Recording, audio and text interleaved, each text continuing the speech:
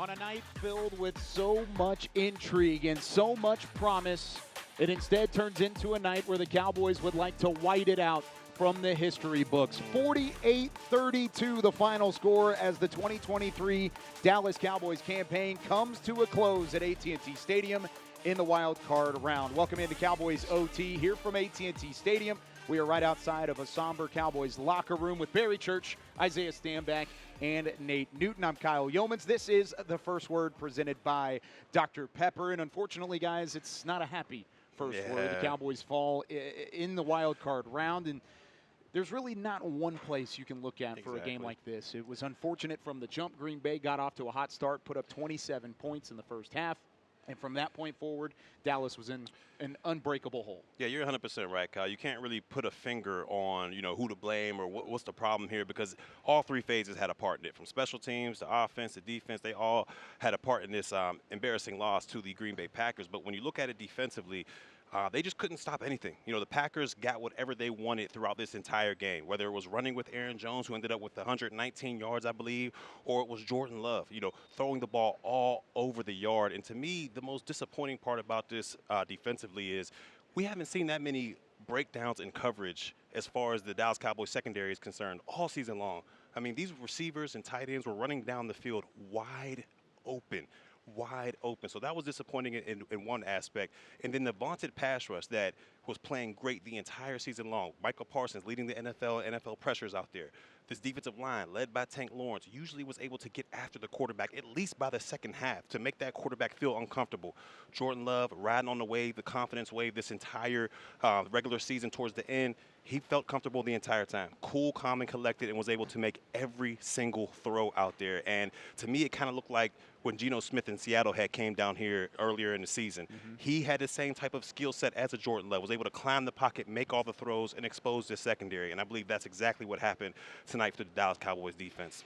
Yeah, you addressed pretty much everything there, Barry. The reality is they got punched in their mouth. Yeah. A team that seemingly wanted it more, was more prepared, walked in here, busted you in the mouth, not only dominated you physically, dominated you in terms of execution, and dominated you in terms of game plan. It was very apparent that this team, the Green Bay Packers that is, had a better game plan than Dallas did, and that's both offensively and defensively. You can't just point at one particular group, one particular person. Everybody's responsible here, and I know that this locker room will take accountability for that. But you spoke about the defense in particular. And the defense, I can't help but think that Gilmore's injury that he sustained last week played a big role in the approach of Dan Quinn and this defense scheme today versus Green Bay Packers. The reason why I say that, the Dallas Cowboys defense over the 17 games that they played was the #1 team in terms of man defense, man coverage in the NFL. Today, they primarily played cover 3. And the reason why I believe that they played cover 3 is because when you typically play man coverage, you have to come up, put your hands on somebody, and you're now responsible for wherever that man goes, whether you're playing man, whether you're playing press, or you're playing off. I'm going to, at some point in time, get physical with my opponent, and I'm responsible for him wherever he goes. They try to take that responsibility of physicality away from Gilmore and make him just go and sit back and say, hey, guess what? Somebody comes in your zone, I have you. So you go in their zone, you have them. And there was confusion. For one of the first times that we've seen this year, there was confusion in the defense. There was drop coverages. There was people who were running free simply because they sat back in the zone, and they hadn't really done so all season long. The thing that amazed me is their first drive was 7 minutes and 50 seconds, 11 plays. And amongst those 11 plays, Bland, illegal contact, D-Law, offside. We said before the game started, no turnovers. Our first drive, we get 7 plays, we punt, Sam Williams goes down, get an illegal kicking interference.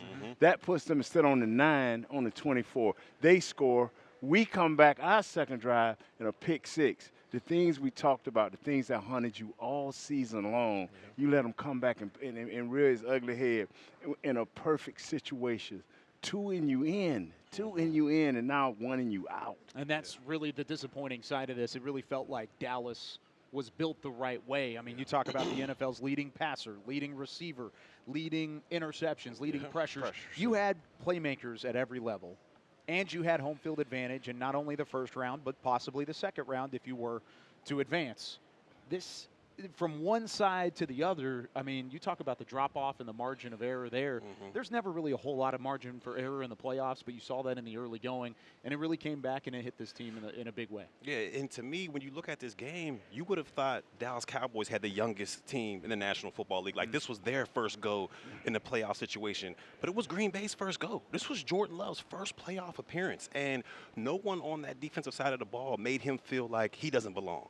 Like, from that first drive on, he felt like this is my stadium, this is what I can do, and I can torch this secondary. And he was able to do that. Now, I'm not saying Green Bay had the greatest offensive line of all time. You know, it's kind of leaky, but they held up really well against a vaunted pass rush with the Dallas Cowboys, and there was no making him uncomfortable throughout this game. And we saw that. The guy had all the arm strength, all the ability to go out there and make plays, and that's something that this defense struggled with the entire season long.